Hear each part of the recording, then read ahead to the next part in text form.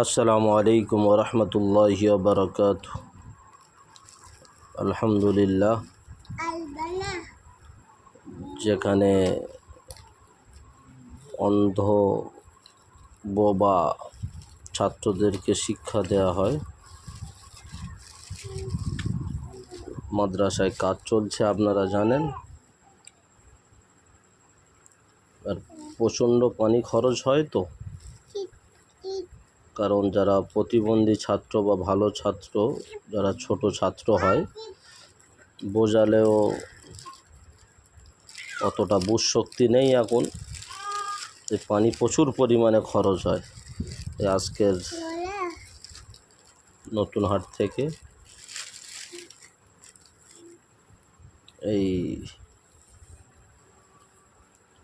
দাবানোওয়ালা call, যা যতক্ষণ আপনি ধরে রাখবেন দাবিয়ে, ততক্ষণ পানি বের হবে, আবার ছেড়ে দিলে অটোমেটিক বন্ধ হয়ে যাবে। এতে পানির খরচও খুব কম হয়।